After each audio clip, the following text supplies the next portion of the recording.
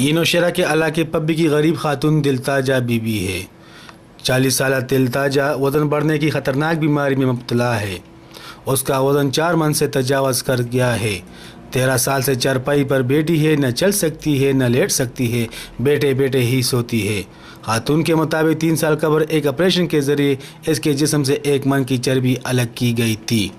خاتون کے مطابق مزید علاج کے لیے 5 لاکھ روپے درکار ہے، جو اس کی بس کی بات نہیں۔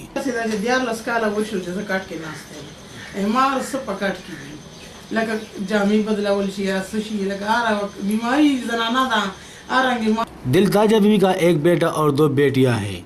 بیٹا اور بیٹی ماں کے علاج کے لیے رقم کا بندوبست کرنے کراچی گئے اور پولیس کے ہتھے چڑھ گئے۔ اب 15 ماہ سے سینٹرل جیل کراچی میں قید ہے۔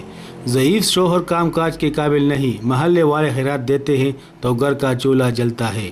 ڈاکٹروں کے مطابق وسائل ہو تو اس کا علاج ممکن ہے۔ علاج بالکل ممکن ہے اور ہو جائے گا، لیکن کوآپریشن کی ضرورت ہے گورنمنٹ سے، NGO سے، اور کیونکہ یہ تو اتنے نہیں افورڈ کر سکتے ہیں، تو علاج تو بالکل ممکن ہے۔ 13 سال سے بیمار غریب خاتون نے حکومت اور مہیر حضرات سے علاج کے لیے مدد کی اپیل کی ہے۔ فضل نبی، سما، نوشہرہ۔